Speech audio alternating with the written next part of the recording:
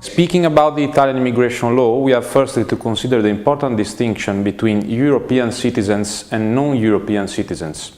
All the European citizens are allowed to stay in Italy for a period no longer than 3 months without any kind of authorization.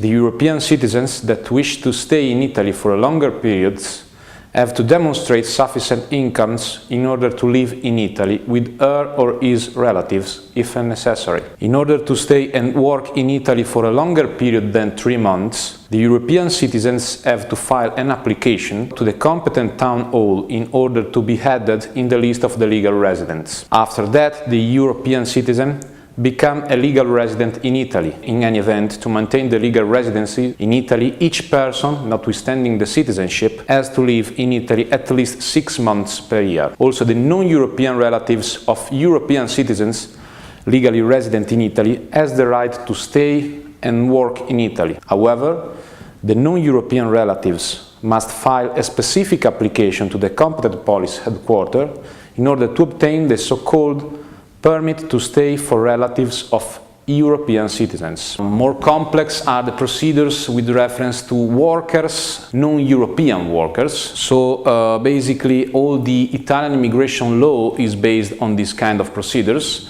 and related to the non-European workers. The most important procedure provided by the Italian immigration law is the procedure of Decreto Flussi, which is basically our basic procedure, which is pretty similar to for certain aspects, to the H-1B procedure of the US immigration law. The Decreto Flussi procedure basically provides the possibility each year to obtain a work permit for non-European workers. The formal applier is the Italian entity, the employer, and basically the Decreto Flussi provides caps and limits every year with reference to the number of the work permits to be issued. However, the Italian immigration law provides several special cases in which we can basically obtain work permits over the caps provided by the annual decree. These special cases are listed in Article 27 of the Italian immigration law.